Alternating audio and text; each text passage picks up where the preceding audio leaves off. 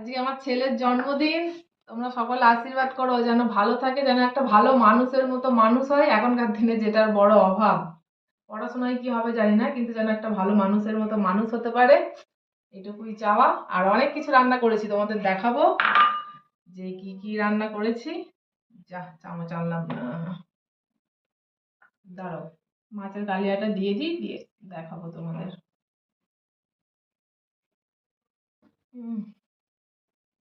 ফার্স্টেই দেখো, মুসুরি সেদ্ধ দিয়েছি, এটা আমাদের আজকে খেতে হয়। আর এদিকে পাট শাক ভেজেছি, কলাইয়ের ডালের বড়া ভেজেছি, বেগুন ভেজেছি, ভেন্ডি ভেজেছি, কুমড়ো ভেজেছি, থোড়ের ডালনা করেছি।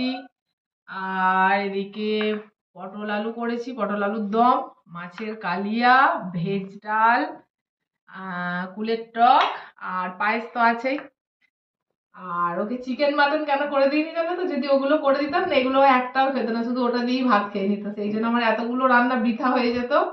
সেই জন্য ওকে করে দিইনি। রাত্রিবেলা ওর পছন্দ মতো হবে, এখন সব আমার পছন্দ মতো হয়েছে।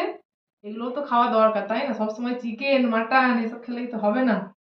চলো ওকে খেতে দিয়ে দিই,